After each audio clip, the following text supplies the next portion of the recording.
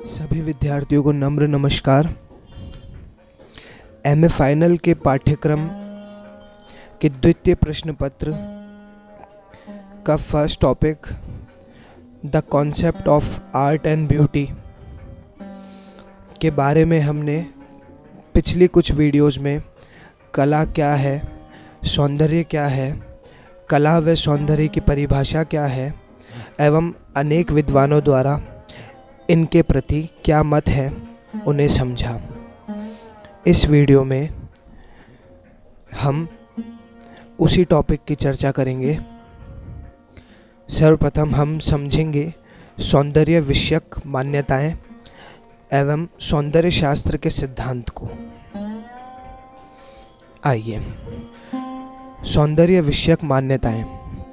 पाश्चात्य वाङ्मय में सौंदर्य तत्व का व्याख्यान विवेचन आरंभ से ही होता आया है और यह परंपरा निरंतर चल रही है। अब सौंदर्य का अर्थ सुंदर न रहकर मूल्य हो गया है। अतः सौंदर्य शास्त्र कला के सिद्धांतों का नए दृष्टिकोण से मूल्यांकन करने वाला विज्ञान है। सौंदर्य शास्त्र की सौंदर्य विषयक मान्यताओं में मतभेद रहा है। सौंदर्य विषयक मत निर्धारणकर्ताओं को प्रमुख रूप से 6 वर्गों में विभाजित करता है। ये 6 वर्ग आध्यात्मवादी, बुद्धिवादी, रूपवादी, भाववादी, उपयोगितावादी, मूल्यवादी आदि दृष्टिकोणों के अंतर्गत वर्गीकृत हैं। आइए इन्हें समझते हैं, अथवा इनके समझने से आप सौंदर्य को भली भांति समझ सकते हैं। आध्यात्मवादी दृष्टिकोण। इस मत के अनुयायी सौंदर्य को ईश्वर का ही रूप मानते हैं। इस दृष्टिकोण के अनुयायी प्लेटो, प्लाटिनस, हीगल, ऑगस्टिन, कांट आदि हैं। उनका मानना है कि संपूर्ण सृष्टि का सौंदर्य ईश्वर में है। सौंदर्य को अपने मन की आंखों से देखा जा सकता है। यह दृष्टिकोण भारतीय संस्कृति के बहुत निकट है। इनके अनुसार जो हमारे अनुराग का विषय है अंततः वही सुंदर है। मानव आत्मा अपने मूल उद्गम पर परम तत्व से मिलने के लिए व्यग्र रहती है, जो शिव और सुंदर का आधार स्रोत है। उस परम स्रोत के साथ तादात्म्य की यही अभिलाषा सौंदर्य चेतना का रहस्य है। अर्थात सौंदर्य की भावना मूलतः एक आध्यात्मिक अनुभूति या रहस्यानुभूति है। मूर्ति या वास्तुकला का सौंदर्य उसके मूर्त आधार में न होकर कलाकार की चेतना में सक्रिय मूल विचार या भावना में ही रहता है। जिस प्रकार भारत में सत्यम शिवम सुंदरम की महत्ता है, उसी प्रकार इस मत को मानने वाले सौंदर्य की प्रतिभा को दिव्य शक्ति मानते हैं। जो परम सत्य है वही ईश्वर है। ईश्वर शुद्ध और परम सौंदर्य का प्रतीक है। विश्व का सौंदर्य उसी का आभास है। सौंदर्य भौतिक रूप से नहीं किंतु आत्मिक संतुष्टि से प्राप्त होता है। इस समस्त संसार का समस्त सौंदर्य ईश्वर है और उसकी सौंदर्यानुभूति एक आध्यात्म साधन है। इस मत के अनुयायी सौंदर्य को ईश्वर स्वरूप और इस संपूर्ण सृष्टि को ईश्वर की कलाकृति मानते हैं। आत्मा का परमात्मा से मिलन होने पर सौंदर्य से एक अलौकिक आनंद का निर्माण होता है। द्वितीय, बुद्धिवादी दृष्टिकोण। बुद्धिवादी दृष्टिकोण के अनुयायी सौंदर्य को बुद्धि एवं विवेक के रूप में दर्शित करते हैं। इस वर्ग में मुख्य रूप से सेंट थॉमस, लॉक एवं कांट हैं। इनके अनुसार सौंदर्य बुद्धि का गुण है। यह पदार्थ एवं वस्तु में निहित है। कांट सौंदर्य के भौतिक अस्तित्व को अस्वीकार करता है। सौंदर्य की अनुभूति वास्तविक जगत की वस्तुओं से परे की वस्तु है। उनके अनुसार सौंदर्य चिंतन शील धारणा का आनंद है। इसका उद्देश्य भौतिक शिवत्व का स्थापना है। कांट ने ही ट्रांसडेंटल एस्थेटिक्स की उद्भावना की। इस वर्ग के अनुसार मनुष्य बुद्धि और विवेक द्वारा जिसको सुंदर की उपमा देता है वही सौंदर्य है। सौंदर्य का भौतिक वस्तु से संबंध नहीं है। जब मस्तिष्क सौंदर्यानुभूति करता है तो रूप और रंग की विशेषता और उपयोगिता नहीं रहती, बल्कि बुद्धि और चिंतन के द्वारा सौंदर्य की परख की जाती है। सौंदर्य की सार्थकता विशुद्ध काल्पनिक आनंद प्रदान करने की क्षमता में होती है। तृतीय, रूपवादी दृष्टिकोण। इस दृष्टिकोण के विचारक सौंदर्य को भौतिक वस्तुनिष्ठ या विषयगत मानते हैं। उनका मत है कि सौंदर्य किसी सुसंगठित पदार्थ में ही विद्यमान रहता है। वह दर्शक को प्रभावित करता है और यह भौतिक जगत से परे किसी आध्यात्मिक जगत की वस्तु नहीं है। रूपवादी वस्तु के विभिन्न रूपगत तत्वों को सौंदर्य का आधार मानते हैं। इस मत के अनुयायी अरस्तु, बर्क, विलियम थॉमसन, पार्कर आदि हैं। वे सौंदर्य का अस्तित्व रूपगत विशेषताओं से मानते हैं। जो वस्तु रूप, आकृति, रंग में सुव्यवस्थित होती है वही सुंदर है। ग्रीक युग में वहाँ के दार्शनिक सौंदर्य को बाह्य मानकर प्राकृतिक गुणों का प्रदर्शन करते हैं। यूनान की प्राचीन मूर्तिकला देवी देवताओं से समृद्ध है। उनके यह रूप पूर्ण मानव के आदर्श स्वरूप से प्राप्त हुआ है। वहाँ ईश्वर की भी कल्पना सर्वश्रेष्ठ मानकर मानव के रूप में स्वीकार की गई है। अरस्तु ने कला को प्रकृति का अनुकरण मानकर सौंदर्य के बाह्य रूप को प्रमुखता प्रदान की है। वे प्रथम सौंदर्य शास्त्री फिर आध्यात्मिकवादी थे। उन्होंने सौंदर्य के प्रमुख अंग क्रमबद्धता यानी ऑर्डर, समता, सिमेट्री और औचित्य डिफाइनाइट लिमिटेशन माने। अरस्तु के अनुसार सौंदर्य के 3 तत्व हैं: सममात्रा, निश्चित व्यवस्थित क्रम, निश्चित आकार। वर्क के अनुसार आकाशीय सूक्ष्मता, स्मूथनेस, कोमलता, डिलाइकेसी, वर्णदीपितता, ब्राइटनेस ऑफ कलर्स तथा शुद्धता, प्योरिटी द्वारा ही सौंदर्य प्रदर्शित किया जा सकता है। लॉर्ड कैमिज के अनुसार सौंदर्य के रूप की विशेषता के लिए निम्नलिखित तत्व आवश्यक हैं: क्रमबद्धता यानी रेगुलरिटी, समरूपता यूनिफॉर्मिलिटी, अनुपात प्रपोर्शन, संतुलन बैलेंस, सादगी सिंप्लिसिटी आदि। विलियम थॉमसन के विचार से सौंदर्य का निर्माण 6 मूल तत्वों से होता है: अनुपात प्रपोर्शन यानी सापेक्षता, छाया शेड, रेखा लाइन, रंग कलर, वैचित्र्य वैरायटी, चिकनापन स्मूथनेस। रूपवादी दृष्टिकोण के अनुयायी सौंदर्य को पदार्थ का गुण मानते हैं और कुछ सौंदर्य को केवल देखने का अनुभव मानते हैं। चौथा दृष्टिकोण भाववादी दृष्टिकोण। भाववादी दृष्टिकोण में विचारकों की संख्या अधिक रही है, जिनमें प्रमुख रूप से टॉल्स्टॉय, कैरेट, हम्मान आदि चिंतक हैं।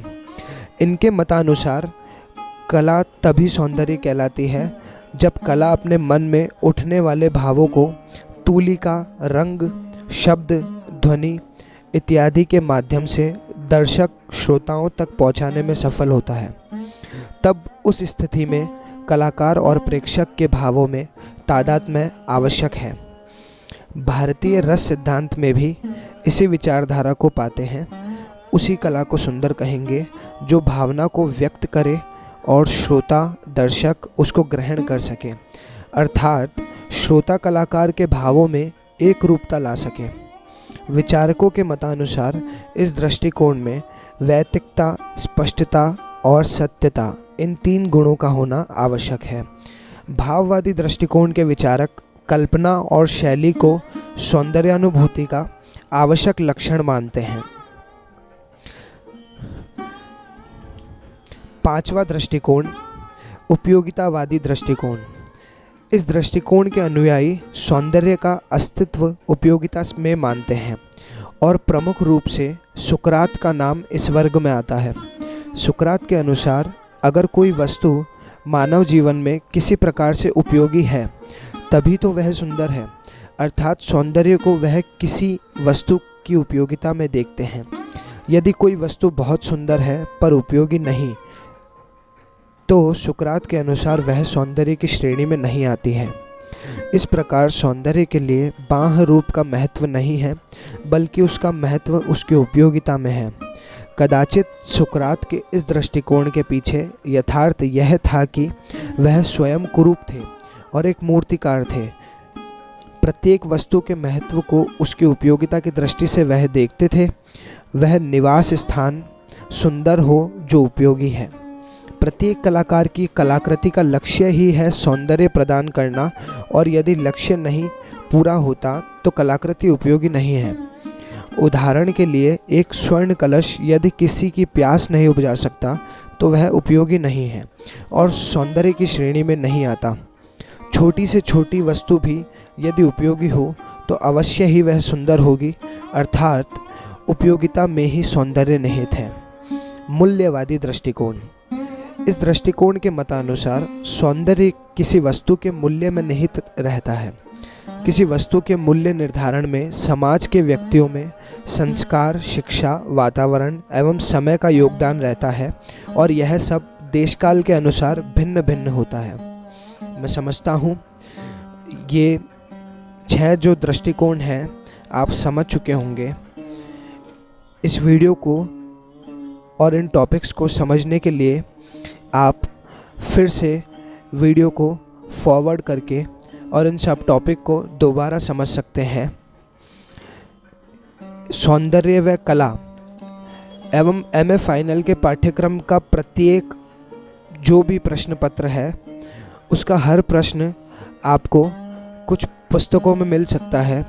उन पुस्तकों का लिंक आपको डिस्क्रिप्शन में दिया जाएगा, जो कि SD government college department of Indian music के प्राध्यापक डॉक्टर दुष्यंत त्रिपाठी ने पिछली वीडियो में बताया था।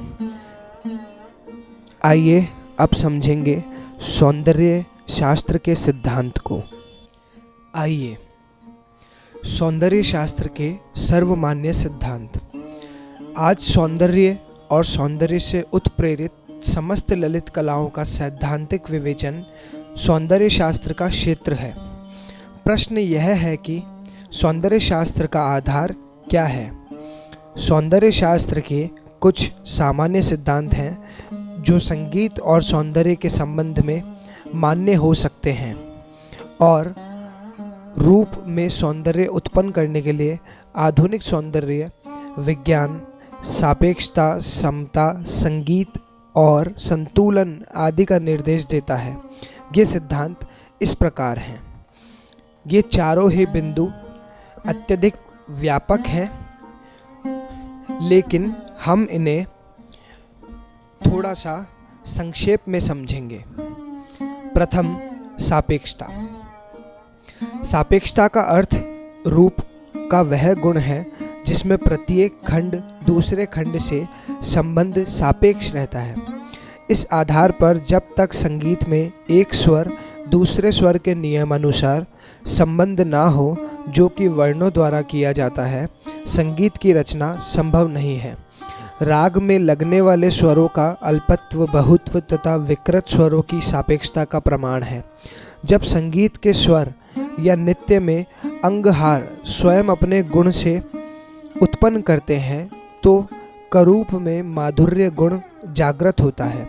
वाद्य और नृत्य के संबंध में भी यही बात महत्वपूर्ण है कि उनके विभिन्न अंगों में तारतम्य तथा प्रभावबद्धता हो। माधुर्य का संबंध सुखानुभूति से हो। ये अनुभूति गंभीर संगतियों, तान व अलंकारों का असंतुलित प्रयोग संगीत के सौंदर्य को स्पष्ट कर देता है।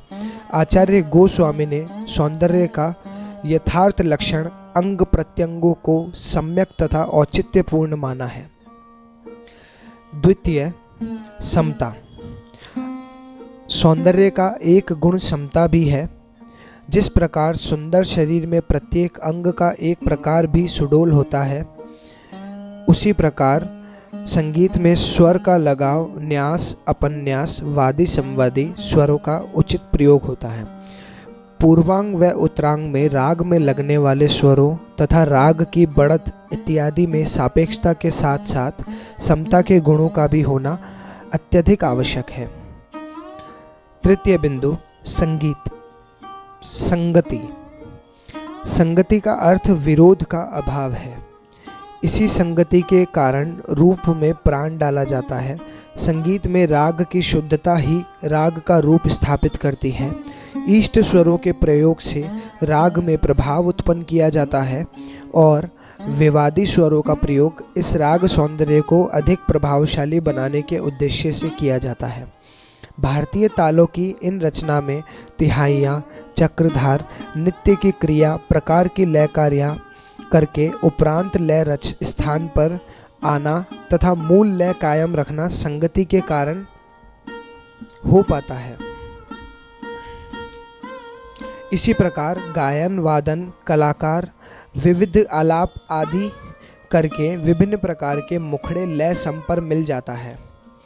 तात्पर्य यह है कि स्वरों द्वारा कितनी ही विशेषता या वैचित्र्यता सम पर भिन्न रूप से सौंदर्य निष्पत्ति है।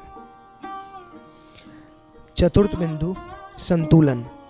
रागों के संबंध में यदि वादी संवादी के और दृष्टिपात करें तो भी हम देखते हैं कि इन दोनों स्वरों के आपस की दूरी में एक प्रकार का संतुलन है। यदि वादी स्वर पूर्वांग में होता है तो संवादी स्वर उत्तरांग में, इसी प्रकार यदि संवादी पूर्वांग में है तो वादी स्वर उत्तरांग में होगा। राग विस्तार में प्रयुक्त होने वाले सभी तत्वों का सम्यक न उचित निर्वाह होना अति आवश्यक है। यदि कोई गायक राग का प्रारंभ में आलाप से करे और बहुत अधिक समय उसी में लगाए, लेकिन बंदिश, आलाप, तान इत्यादि में कोई समय न लगाकर जल्दी से गायन समाप्त कर दे तो वह गायन अपूर्ण कहलाता है। अतः राग गायन में सभी तत्वों का उचित निर्वाह करते हुए संतुलन के पक्ष पर ध्यान रखना अत्यंत आवश्यक है। सौंदर्य के आस्वादन में उपयुक्त सभी तत्वों का सिद्धि करने के अतिरिक्त कुछ अन्य पहलू भी महत्वपूर्ण हैं, जैसे सौंदर्य के को प्राप्त करने की प्रक्रिया में श्रोता की मनोभूमिका का भी नितांत महत्व है। नाट्यशास्त्र भी ऐसे व्यक्ति को दर्शन नहीं मानता जो संवेदनशील ना हो, जो दृश्यानुकूल भावों से तादात्म्य स्थापित करने के लिए सक्षम हो।